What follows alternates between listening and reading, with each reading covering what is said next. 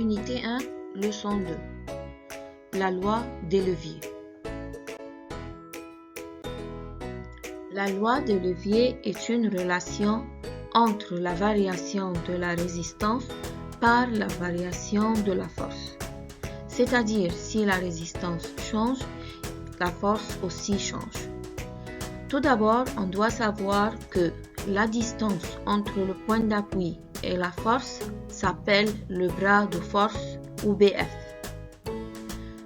Et la distance entre le point d'appui et la résistance s'appelle le bras de résistance ou BR. Pour que le levier soit en équilibre, il faut que la force multipliée par le bras de force soit égale à la résistance multipliée par le bras de résistance. Donc, la loi de levier énonce que la force fois bras de force est égale à la résistance fois le bras de résistance. Dans le cas des leviers du premier genre, il y a 3 probabilités possibles pour la longueur du bras de force et du bras de résistance. Voilà la première probabilité, le bras de force est égal au bras de résistance. Dans ce cas, la force est égale à la résistance. Ainsi, l'effort n'est pas économisé parce que la force exercée par la personne est égale à la résistance ou la charge qu'on veut soulever ou déplacer. Deuxième probabilité, le bras de force est plus grand que le bras de résistance. Dans ce cas, la force est plus petite que la résistance. C'est-à-dire, avec une petite force, on peut déplacer ou soulever une grande résistance, donc l'effort est économisé. Troisième probabilité, le bras de force est plus petit que le bras de résistance. C'est-à-dire, la force est plus grande que la résistance.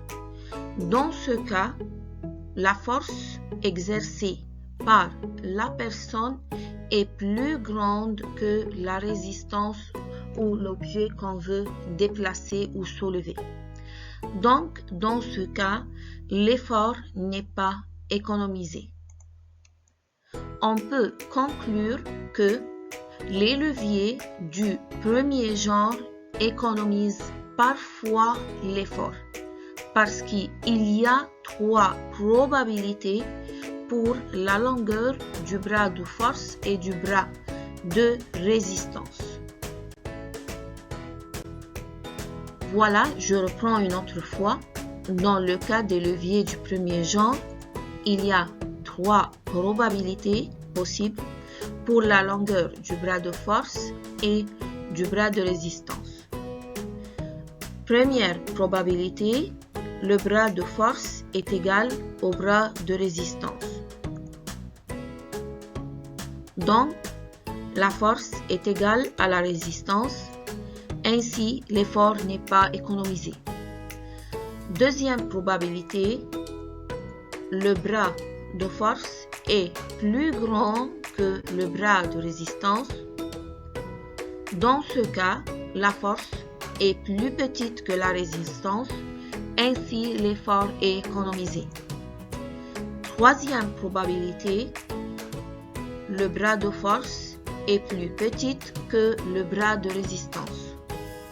Donc, la force est plus grande que la résistance, ainsi l'effort n'est pas économisé. On peut conclure que les leviers du premier genre économisent parfois l'effort.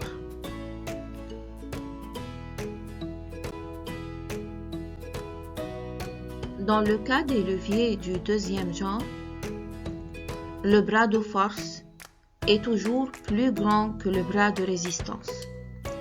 Je reprends une autre fois. Voilà le bras de force.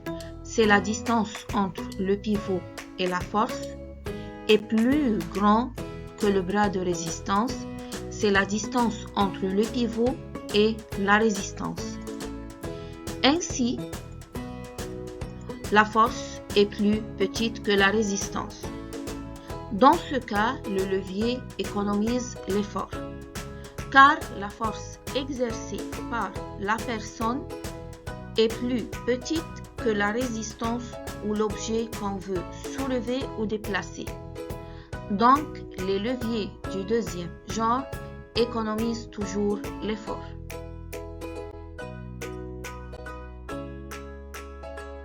Dans le cas des leviers du troisième genre, comme vous voyez, le bras de force est plus petit que le bras de résistance.